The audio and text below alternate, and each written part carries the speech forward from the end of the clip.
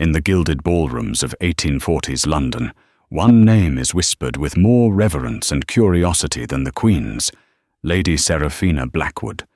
Famed for her beauty and her staggering wealth, she is the Ice Widow, a woman who has refused every duke, baron, and gentleman who has sought her hand. For 2 years she has held society at bay. But what society doesn't know is that the Ice Widow is guarding a terrible secret, a secret buried in ledgers and lies. And that secret is about to be exposed by the one man in England even she should fear, Alistair, the Duke of Hawthorne. He is a man who doesn't woo, he conquers, and he is coming for her. The chandelier at Devonshire House dripped crystals like frozen tears, casting a brilliant, cold light on the assembled ton. And in this glittering ocean, Lady Seraphina Blackwood was the most coveted prize. "You are relentless, Lady Dowding," Seraphina said, her voice a low, smooth melody that concealed the tremor of exhaustion. She smiled, a perfect, practiced curving of the lips that never reached her eyes. Lady Honoria Dowding, a woman built like a disgruntled battleship, tapped her fan against Seraphina's arm. "I am practical, my dear. It has been 2 years. 2 years. A woman of your assets cannot remain unattached. It is simply not done. Look," she gestured discreetly. "Baron Rutherford, a solid man. Good land." Seraphina's gaze flickered to the Baron. He was indeed solid. Solid as a block of wood. "He is very substantial, aunt." "And Lord Percival Croft," Lady Honoria pressed on, oblivious. "Such wit, such fashion." "Such debt," Seraphina countered, allowing a sliver of ice into her tone. Lord Croft was watching her now from across the room, his eyes oily, with an appraisal that made her skin crawl. He saw her not as a woman, but as a vault to be cracked. They all did. Ever since her husband, Lord Marcus Blackwood, had conveniently broken his neck in a drunken steeplechase, Seraphina had become the single most desirable property in England. Marcus had been old, cruel, and neglectful, but he had left her, supposedly, with the vast Blackwood fortune, the London townhouse, and the sprawling country estate, Blackwood Manor. "You joke, Seraphina, but you must choose," Lady Honoria insisted. "A beautiful woman alone is a tragedy. A wealthy woman alone is a target." On that, Seraphina silently agreed. She extricated herself with practiced grace, pleading the heat, and moved toward the terrace. Before she could take 2 steps, Lord Croft intercepted her. "Lady Blackwood," he purred, bowing so low she could smell the macassar oil on his hair. "You are a vision, a diamond in a sea of paste." "Lord Croft, you are too kind. I am merely honest," he said, stepping closer. "This charade of yours is amusing, my lady, but it grows thin. A dove such as yourself needs a protector, a man to guide her." His implication was clear. He fancied himself her master. Seraphina's spine turned to steel. "Guide me, Lord Croft. I fear you mistake me for a lost poodle. I am perfectly capable of navigating my own path. Now, if you will excuse me." She swept past him, ignoring the flush of anger that stained his pale cheeks and the titters from those who had witnessed the exchange. The Ice Widow had struck again. She did not return home to the Mayfair townhouse until well after 2 in the morning. She dismissed her maid, Beatrice, with a weary sigh and locked the door to her bedchamber. But she did not go to bed. Instead, she walked to a hidden panel by the fireplace, pressing a knot in the carved oak. The panel sprang open, revealing not jewels, but a small, heavy iron box. She pulled it out, set it on her desk, and produced a key from a chain around her neck. Inside were not letters, but ledgers. This was the real Seraphina. Not the Ice Widow, not the coveted prize, just Seraphina, the the terrified accountant. She lit a candle, dipped her pen in the inkwell, and began to work, her perfect brow furrowed in concentration. The world believed Marcus Blackwood had left her rich. The world was wrong. Marcus had been a degenerate gambler. He had not just spent his fortune, he had mortgaged it. He had borrowed against the land, the house, even the crops. The vast Blackwood fortune was a hollow shell. For 2 years, Serafina had been engaged in a desperate, secret war. She had sold off her own private jewelry, piece by piece. She had dismissed most of the staff under the guise of modernizing. She had learned crop rotation, argued with creditors, and stalled bailiffs, all while smiling at balls and refusing proposals. She was not refusing suitors because she was grieving. She was refusing them because she was trying to survive. She valued the freedom her widowhood had given her, a freedom from a cruel husband. But she was also hiding a catastrophic secret. If any of these men discovered she was not a prize, but a pauper, they would abandon her. Or worse, one might, like Croft, try to trap her, thinking he could salvage the estate and own her in the process. She reviewed the numbers again. The final largest debt, the one that held the mortgage on Blackwood Manor itself, was held by a shadowy entity known only as the Gresham Syndicate. They had been quiet for a time, but a letter had arrived that morning. It was not a request, it was a summons. The principal holder of the Blackwood debt requests a meeting, our offices, Tuesday next. A chill, far colder than any ballroom, snaked down her spine. The wolves were no longer circling. They were at the door. The name Hawthorne was not spoken in polite society. It was hissed. Alistair, the Duke of Hawthorne, was a ghost story made flesh. His family, once one of the most respected in England, had been spectacularly ruined by his father's catastrophic investments, and, it was whispered, his associations with the very worst sort of men. When the old Duke died, penniless and disgraced, young Alistair had disappeared to the continent. He returned 10 years later, a different man. He was no longer the charming boy people remembered. He was silent, ruthless, and possessed of an uncanny, almost terrifying acumen for finance. He moved not in ballrooms, but in the smoky backrooms of Lloyd's of London and the stark offices of financiers. He did not rebuild his family's fortune. He forged a new one, allegedly by identifying his father's enemies and rivals, acquiring their debts, and crushing them, one by one. He was fabulously wealthy, utterly powerful, and completely alone. He was known, in the hushed tones of the trading floors, as the Wolf of Hawthorne. And now, he was in London. They say he hasn't attended a social event in a decade, Lady Honoria whispered to Serafina at a music hall, her eyes scanning the crowd. He bought the old Rochester house, but no one has been inside. He is a monster, my dear. A recluse. Serafina barely heard her. Her mind was on the Gresham Syndicate. Tuesday. Tomorrow. She felt a knot of pure dread in her stomach. A sudden hush fell over the room. It was not a polite silence. It was a cessation of all sound, as if a vacuum had sucked the air from the salon. Serafina turned. He was standing in the doorway. She knew, instantly, that it was him. The Duke of Hawthorne was tall, dangerously so. He was dressed in immaculate, severe black, a stark column in the sea of colourful silks and velvets.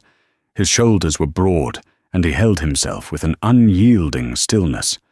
But it was his face that held the room captive. It was a face of harsh planes and sharp angles, as if carved from granite.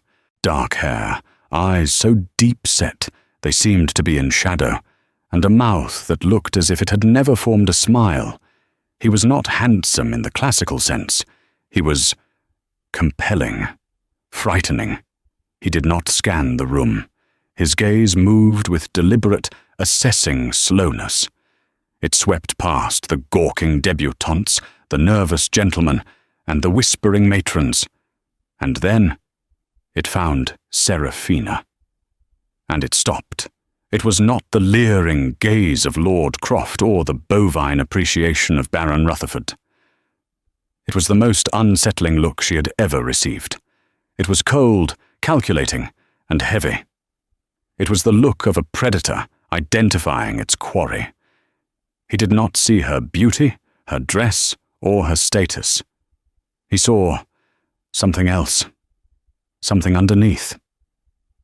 Seraphina, the ice widow, who could quell a rogue with a single glance, felt an involuntary shiver trace its way down her spine.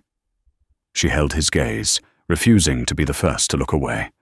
It was a silent battle of wills that lasted only 10 seconds, but felt like a lifetime.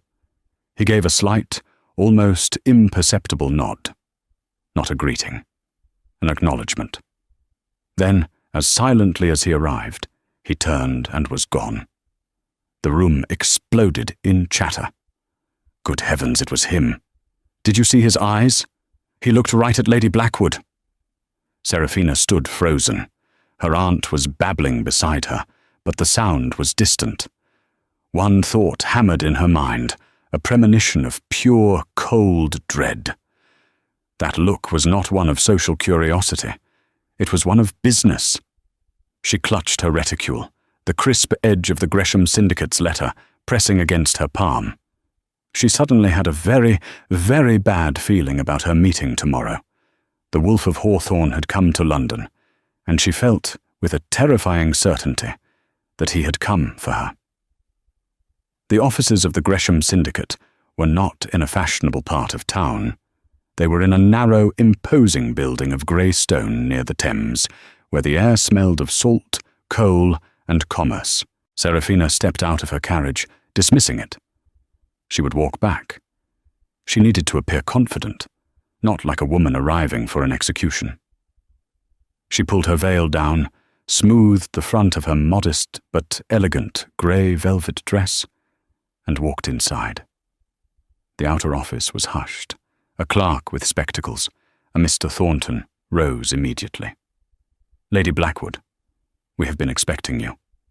His voice was clipped, professional, but held no warmth. "If you will follow me."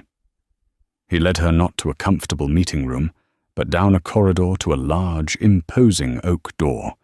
He knocked once, then opened it, standing aside to let her pass.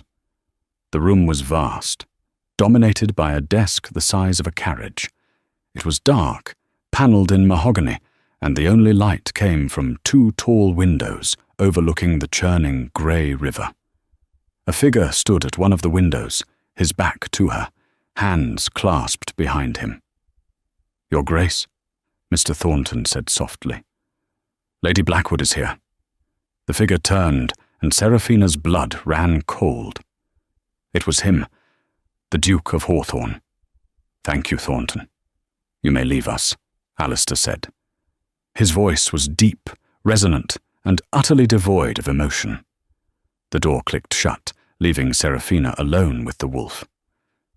"Your Grace," she said, her voice admirably steady, though her heart was hammering against her ribs. "I confess I am surprised. I was under the impression I was meeting with the directors of the Gresham Syndicate." "You are?" he replied, moving to stand behind the massive desk. He did not sit. He did not invite her to sit. He loomed. "I am the Gresham Syndicate. It is a private venture of mine." Of course. It all made a sickening sense, the whispers of him acquiring his enemies' debts. He was the unknown, ruthless entity. "I see," she said, forcing herself to move forward, to stand before the desk as an equal, not a supplicant. "Then it is you I must speak to regarding the Blackwood estate." "There is nothing to speak about," Alistair said. He gestured to a stack of papers on his desk. Her papers, her debts. "The terms of the mortgage are explicit. The final payment was due 60 days ago. You have defaulted. The property, Blackwood Manor, and all its holdings Revert to the lender." "To me?" His words were blades. No preamble, no courtesy.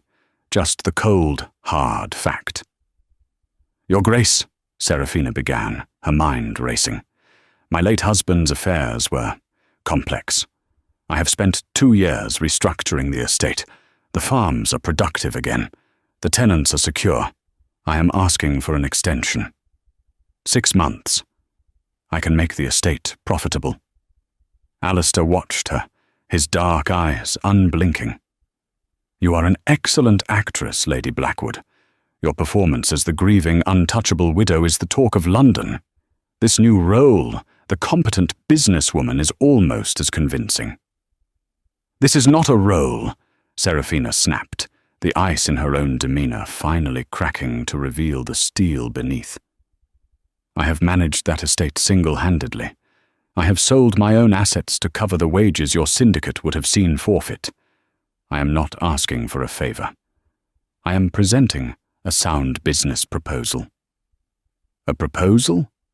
He gave a short, harsh laugh that held no humor. "You have no business, madam. You have a mountain of debt, and I am the mountain. You come here to plead for time, but you have nothing to offer." "I offer the estate itself. It is worth more intact than broken up." "It is worth more to me as it is," he said, his voice dropping to a dangerous low. "I am not a banker, Lady Blackwood. I am a collector." A dark, terrible suspicion began to dawn. "A collector? What do you mean?" He leaned forward, placing his hands flat on the desk. He was a predator about to strike. "Your late husband, Marcus Blackwood. He was not just a fool. He was a thief. He was one of the men who clustered around my father, advised him, encouraged his worst impulses, and then, when the crash came, picked the meat from his bones. Your husband built his fortune on the ruin of my family." Seraphina stared, horrified. I knew nothing of this." "I do not care what you knew." Alistair's voice rose, a controlled thunder that shook the room. "I spent 10 years hunting every man who sat at that table. Lord Reading, Sir Thomas Fry, and Marcus Blackwood. He was the last. He thought he was safe. He thought his death would protect his legacy." He moved around the desk, stopping a few feet from her. He was so tall, so imposing. He was wrong. "I do not care about the land. I do not care about the tenants. I care about justice. And justice, in this case, is foreclosure. I will tear Blackwood Manor down, stone by stone if I have to. I will salt the earth it stood on. The Blackwood name will be erased." Seraphina was trembling, not with fear, but with a white, hot rage. He saw her as an extension of Marcus, a partner in his crimes. "You are a monster," she whispered. "I am what men like your husband made me," he retorted. "You are blind," she said, her voice rising to match his. "You see only your own vengeance. You speak of my husband. That man was my jailer. He was a brute and a degenerate, and I suffered his cruelty for 5 years.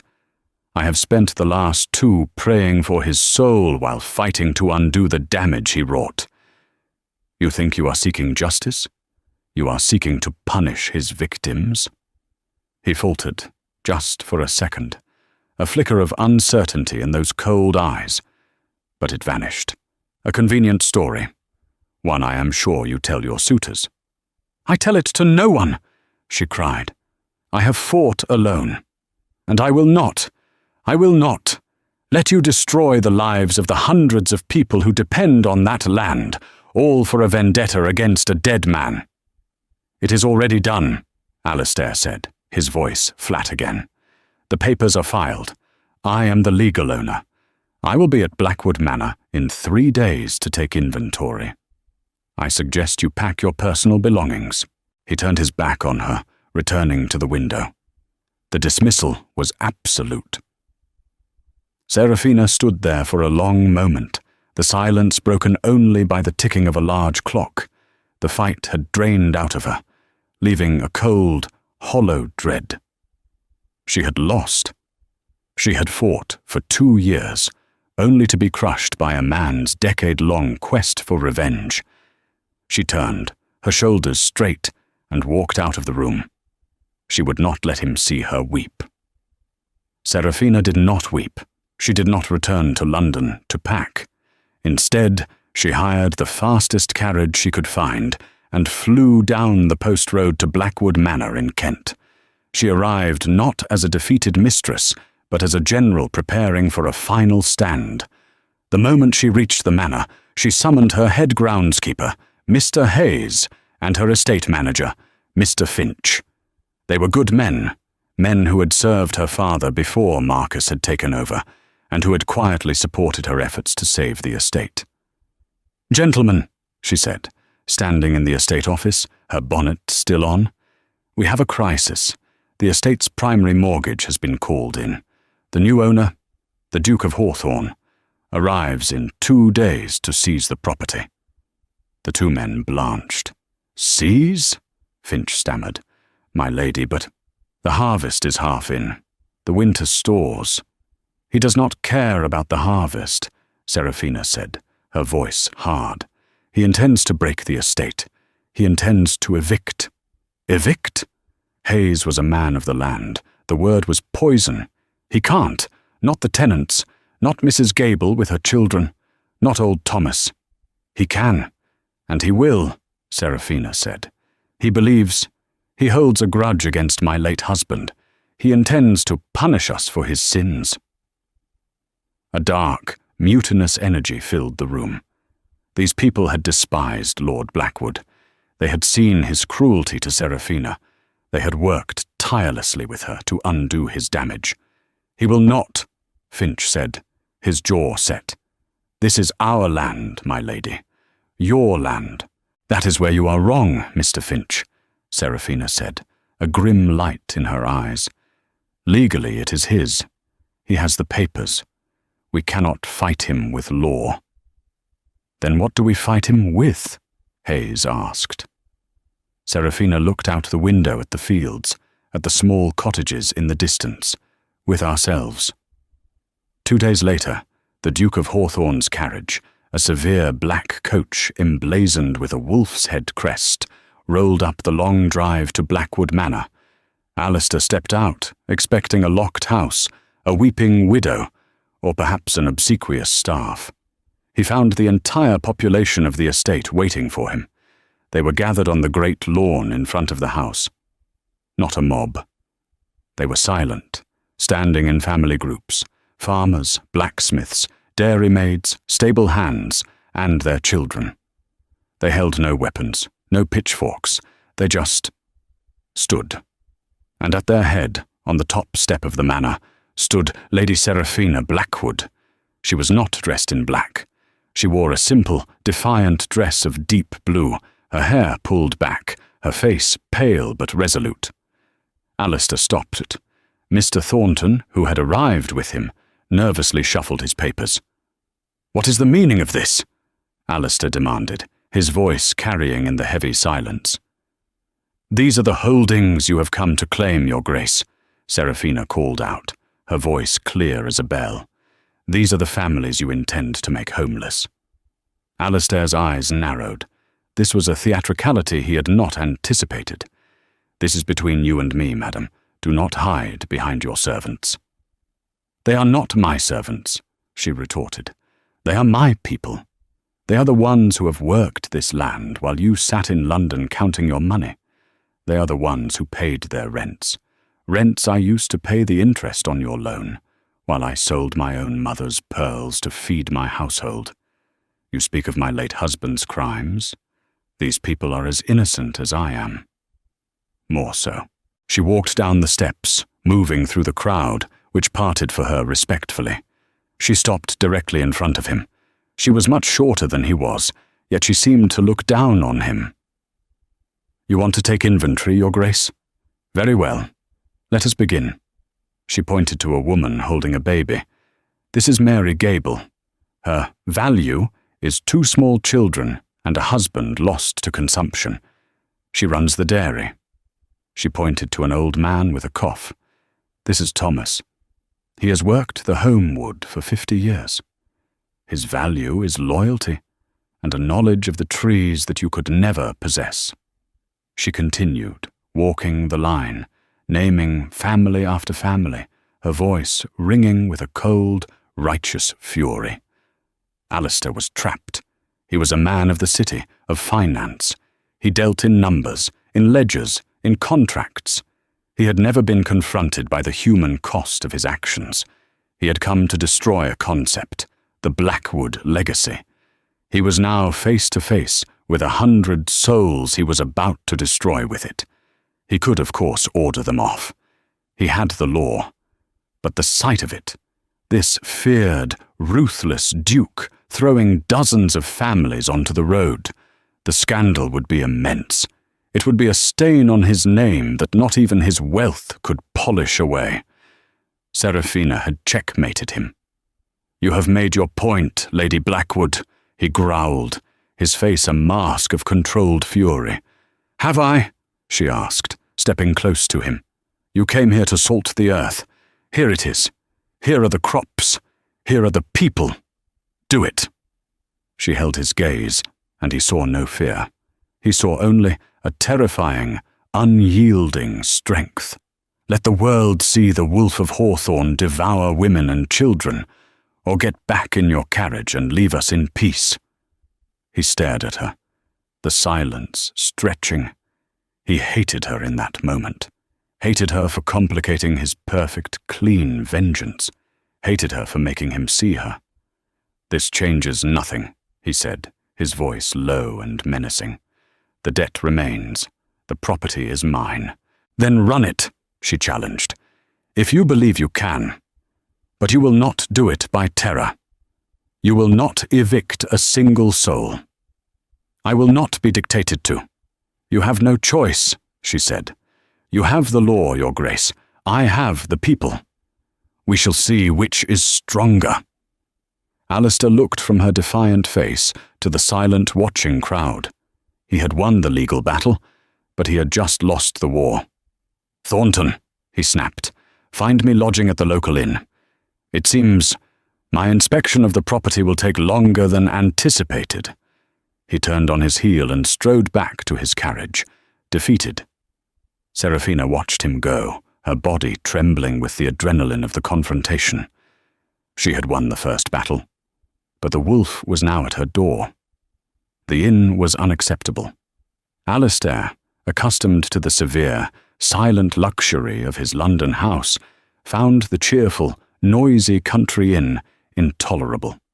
He requisitioned a small, unused dower house on the edge of the estate, a mile from the manor, and had his things moved there.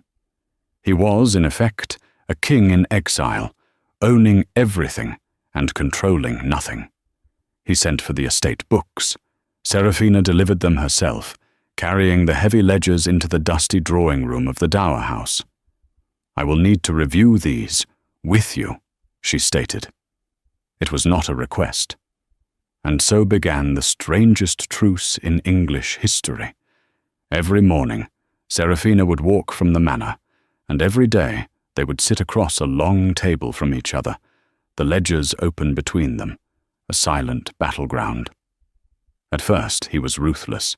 He was a master of numbers, and he tore into her accounting with a savage precision, looking for fraud, for incompetence, for any sign that she was the partner in crime he'd believed her to be. "You sold the South Pasture lease for half its worth," he accused on the first day. "I sold it to Mr. Hayes," she countered calmly, on the condition that he hire 3 of the families made homeless by the mill fire.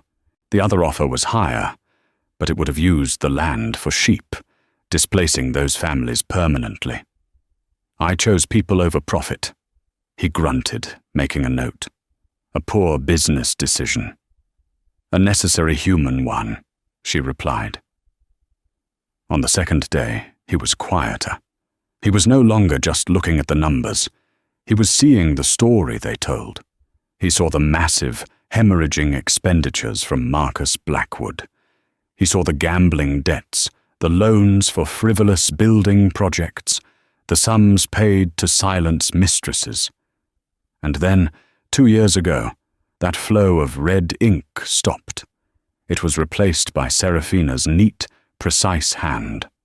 He saw the sale of the London stables, the auction of the art collection, which he'd assumed was still in the house, the dismissal of the French chef, the under-butlers, the second footman. He saw line items for seed, for new ploughs, for roof repairs on tenant cottages. He was looking at a 2-year, desperate, brilliant campaign of conservation. She hadn't been living as a wealthy widow. She'd been living as a besieged quartermaster, rationing every penny to keep the fortress from falling. "You did this?" he asked, his voice rough, holding up a ledger showing the renegotiated grain contracts.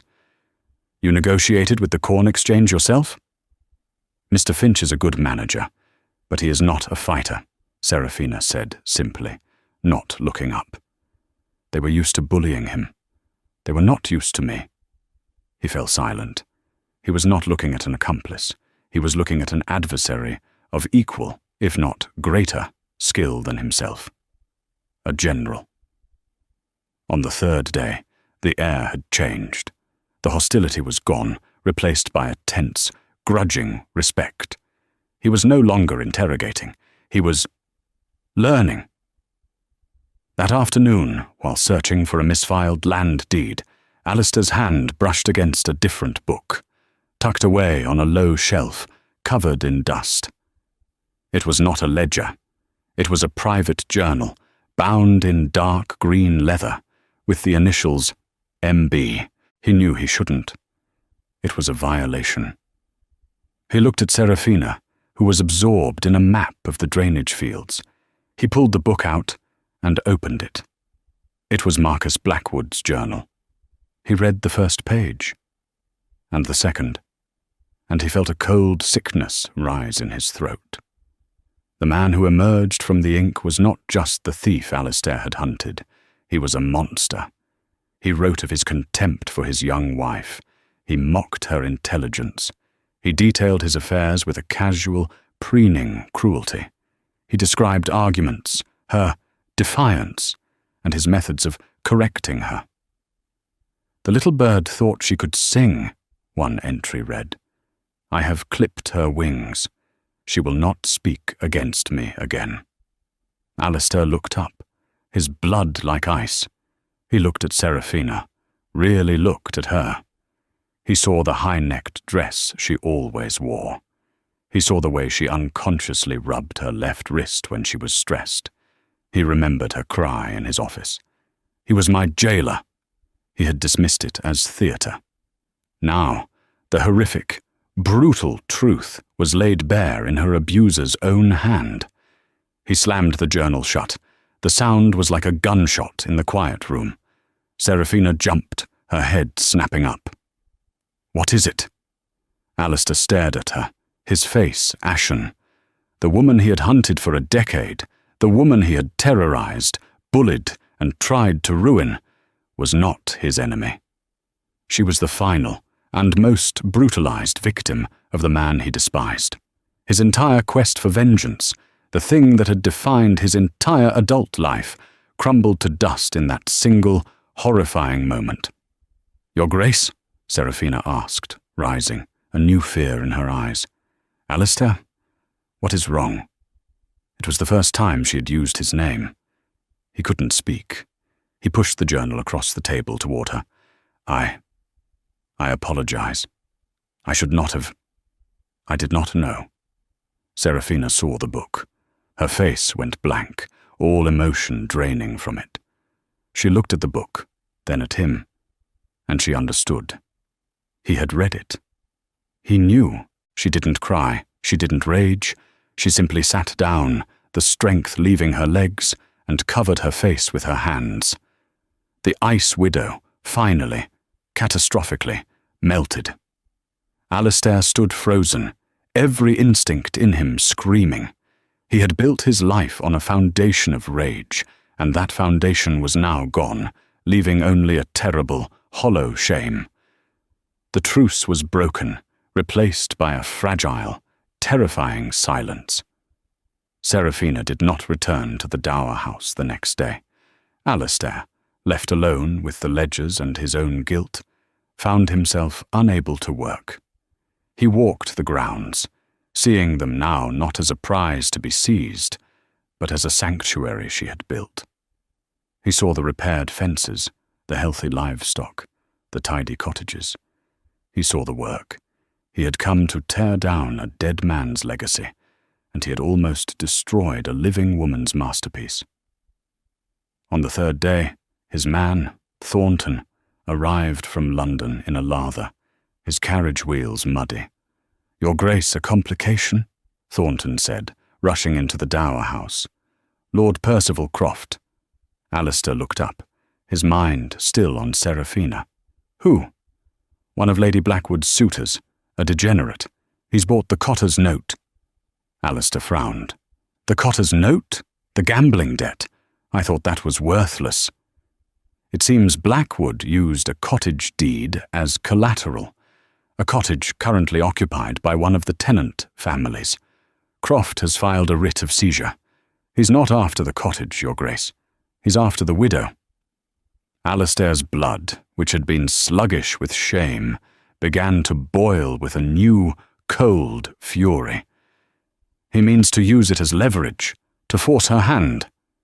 "He arrives today," Thornton said. "He believes you are here to foreclose, and he sees himself as her rescuer. For a price, of course." "Where is he?" Alistair's voice was quiet, dangerously quiet. "He was seen at the Red Lion Inn, Your Grace, boasting of his plans." "Get back in your carriage, Thornton. We are going to the Red Lion." Lord Percival Croft was holding court in the inn's private parlour, a brandy in his hand, regaling two local squires with his cleverness.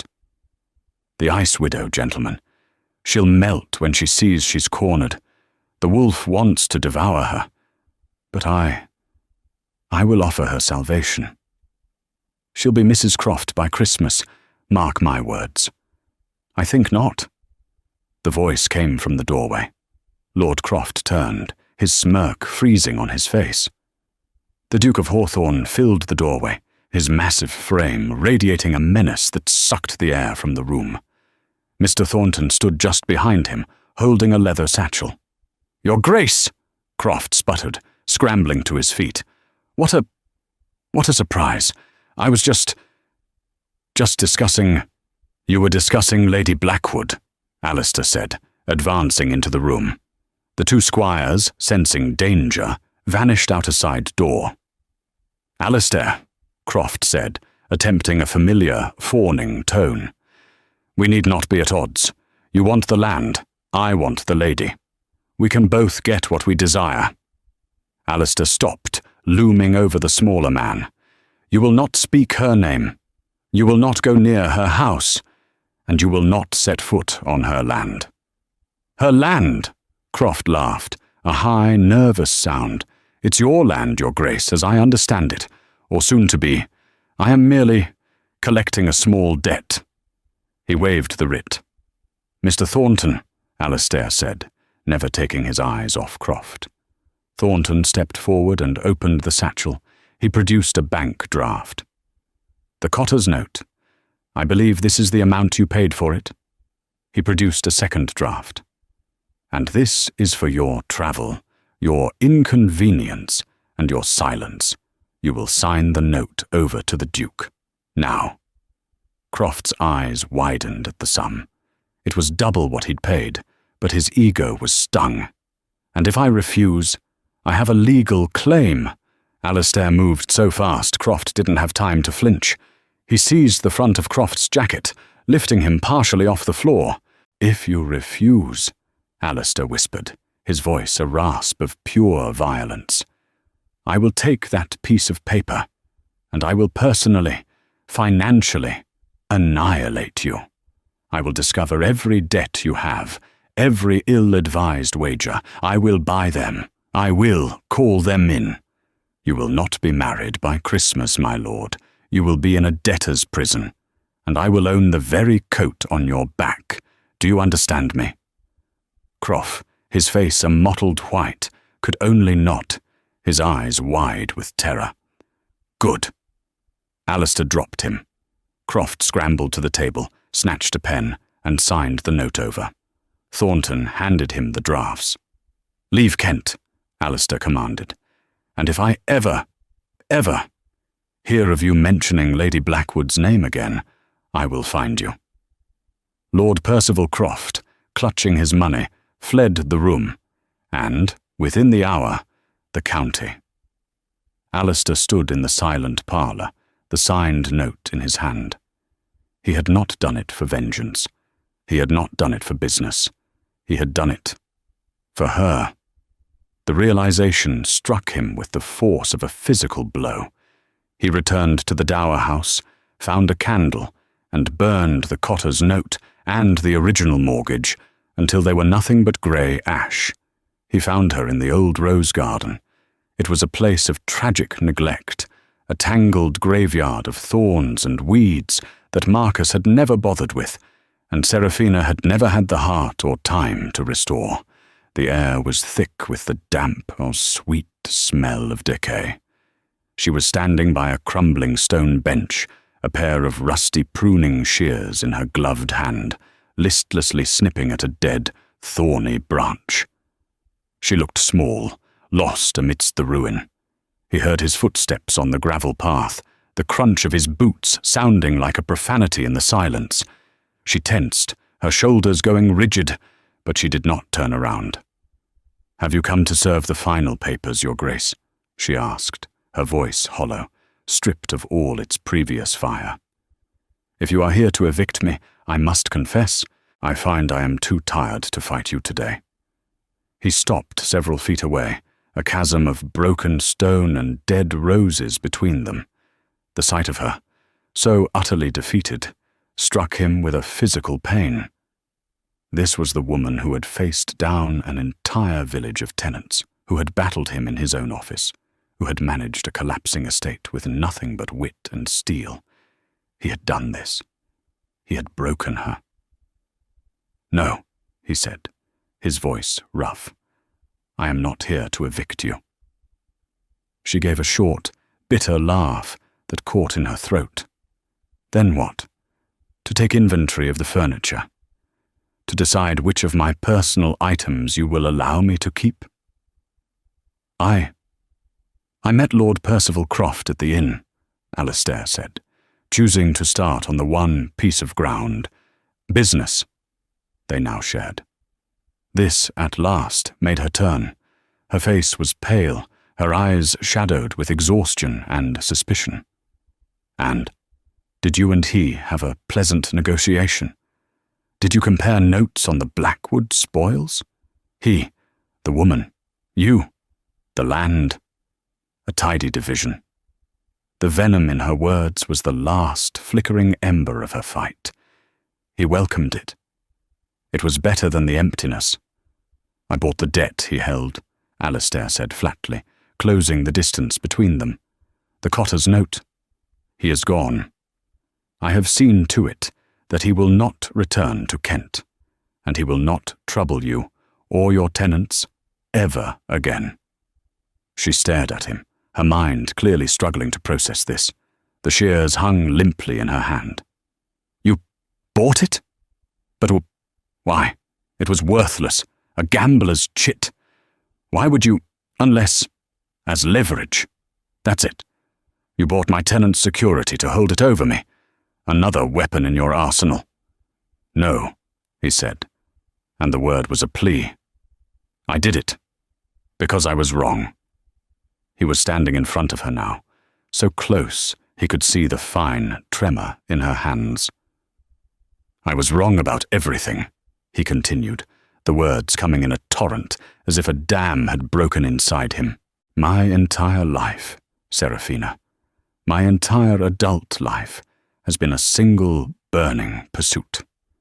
My father was a weak man, not an evil one. He trusted men like your husband, and they devoured him. They picked his bones clean and laughed while my family's name was dragged through the mud. He gestured, not at her, but at the world. I vowed I would be the opposite. I would be strong. I would be iron. I would be unbending. I would become a wolf, as they called me, a predator who hunted predators. I built my fortune to tear them down, and Marcus Blackwood was the last, the keystone of my vengeance. He looked at her, his dark eyes filled with a profound, aching guilt that shook her to her core. I came here to destroy the last remnant of his legacy. I saw you as an extension of him, his wife, his partner, his prize. I thought your Ice Widow act was a charade to protect his stolen fortune. I was a fool, he whispered, his voice cracking. A blind, arrogant fool. I tore through your life, blinded by a ghost. I read your ledgers. I saw the fight. I saw the sales, the rationing. I saw the work. And then... He couldn't say it. He couldn't voice the shame of having read that journal. I saw the truth. I was not hunting a man's partner. I was terrorizing his final, most brutalized victim. And in my rage to punish a dead man, I became him. I used his same tools, fear and power and intimidation. I have spent the last 3 days realizing that the monster I was hunting was myself. Serafina was silent, her lips parted, tears welling and spilling, tracking clean paths through the dust on her cheeks. He reached into the deep pocket of his greatcoat. He pulled out a sheaf of papers. These are the contracts, the Cotter's note, the original mortgage on Blackwood Manor. He held them out. They were singed at the edges, the ink smeared. And these, he said, reaching into his other pocket and pulling out a small, heavy tin box. He opened it. It was full of grey ash and charred fragments. I burned them, all of them, he said. The debt is gone. The syndicate's claim is void. It is over. The estate is yours, Serafina. Free, clear, no mortgage, no note, no strings. It is yours. She gasped, a choked, sobbing sound, her hand flying to her mouth. You burned them. But that was your claim, your leverage, your entire fortune, your revenge. It's gone. It was a prison, he said, his voice raw. It has kept me in a cage of my own making for a decade. You have been in one for just as long. It is time. It is time we were both free. She stared at the ashes, at the voided papers, and then at his face, searching for the trick, the angle, the trap. She found nothing. She saw no triumph, no calculation. She saw only a vast, hollowed-out emptiness and a fragile, terrifying hope. I don't understand, she whispered, shaking her head. I don't know what to say. What do you want? No one does this for nothing. It was the question that hung between them, heavy as the damp air. He had given her everything. He had disarmed himself, financially and legally. He had no more power over her. That is a fair question, he said softly. He looked at her, this impossible woman, this general, this survivor. He saw the steel that had held an estate together. He saw the fire that had faced him down. And he saw the vulnerable, wounded woman she had hidden from the entire world. The realization of his feelings for her, which had been a quiet dread in the dower house, now struck him as an absolute, undeniable truth. He loved her. I am asking, he said, his voice thick, for a new proposal, not mine, ours. A proposal? She whispered, and her hand tightened on the shears, her body recoiling. A business proposal, he said quickly, seeing her fear. The estate is free, but it is not rich. You know this. It is starved. It needs capital to thrive. It needs new seed, new livestock, repairs to the main house.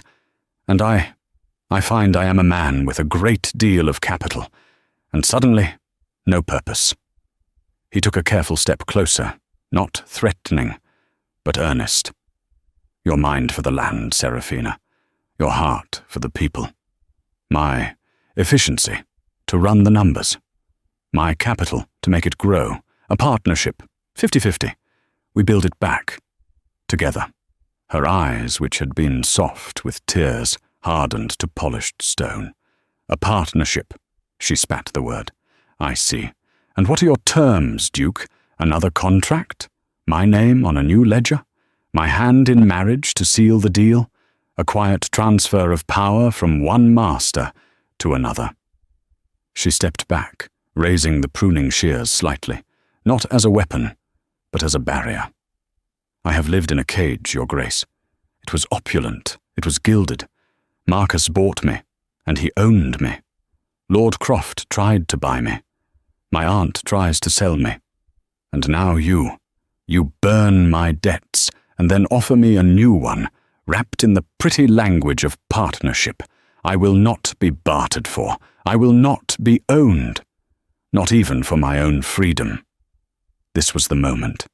He saw her terror was real. She was not testing him. She was telling him. She saw him as just another man who wanted to possess her. His power, his title, his very presence were a threat. He had to disarm himself completely, in a way that paper and ash never could. His entire life, Alistair had stood tall. He had loomed. He had used his height and his power as a shield and a sword. He knew, in that instant, what he had to do. It was the only act of surrender that would mean anything.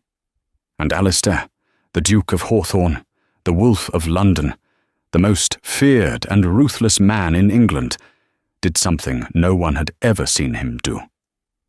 He slowly, deliberately, went down on one knee. He did not kneel in the mud as a supplicant. He knelt on the hard gravel path as an equal, lowering himself, surrendering his physical dominance, his ducal pride.